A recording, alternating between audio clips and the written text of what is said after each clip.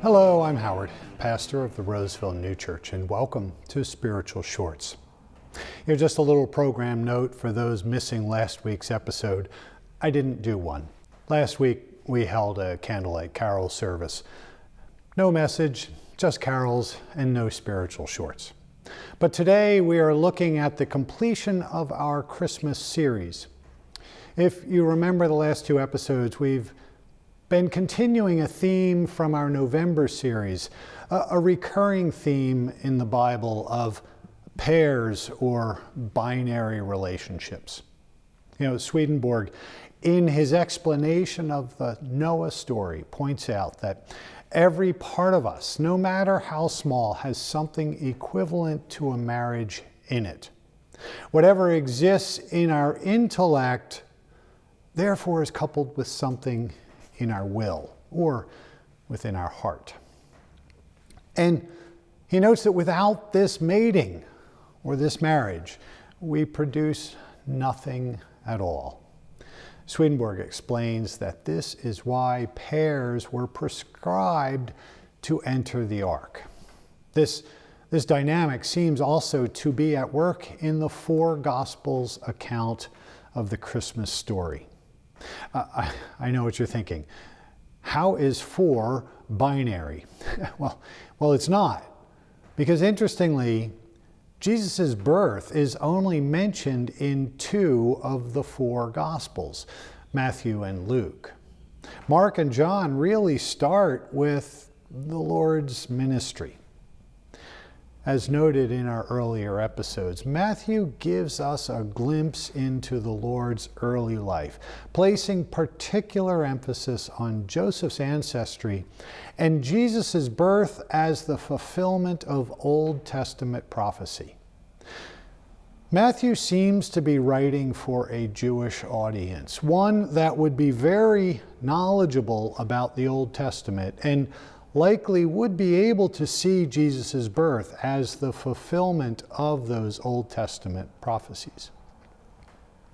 Luke, however, seems to be more focused on touching the heart of the reader, of helping the reader to connect with the innocence of the infant Lord, as well as their own internal innocence.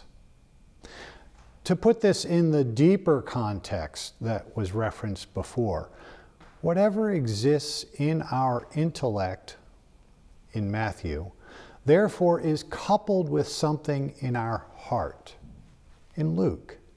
And without this mating or this marriage, we produce nothing at all. And the Bible itself produces nothing at all if we're only focusing on one aspect of it.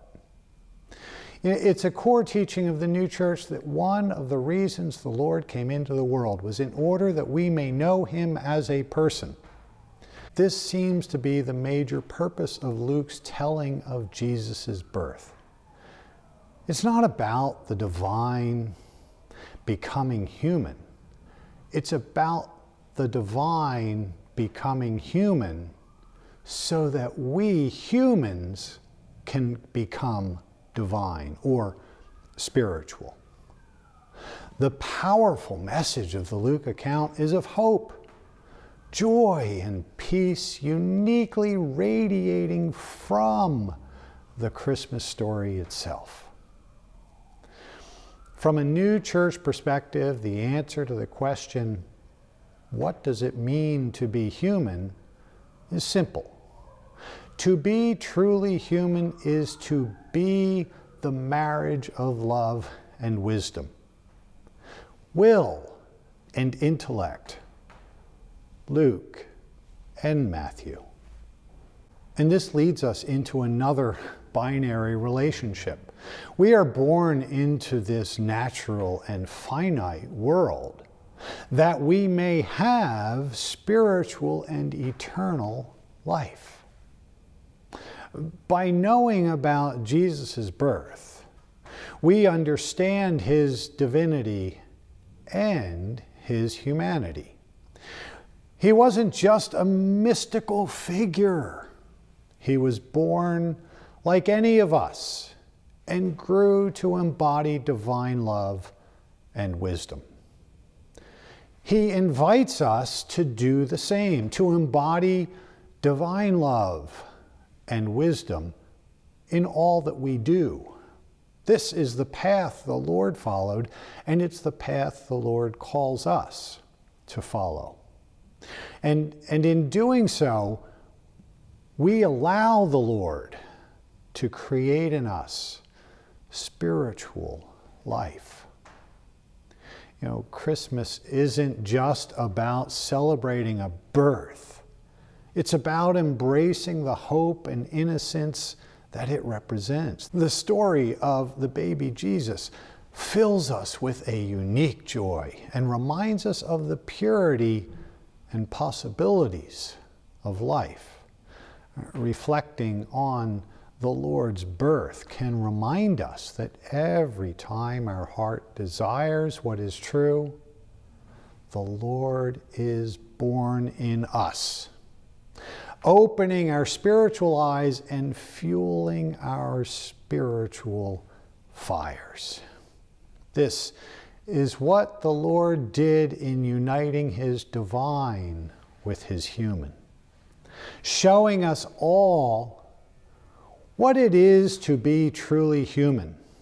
You see, being truly human is not about our physical characteristics, but about our spiritual ones, our intellect and our will.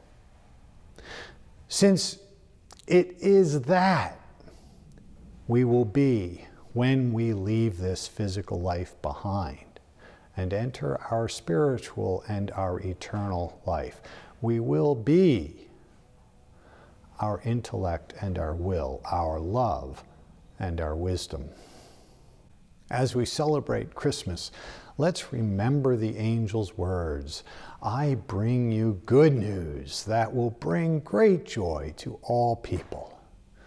This season, let's spread that joy, the peace that comes from it, and the goodwill we are inspired to bring to others in our lives.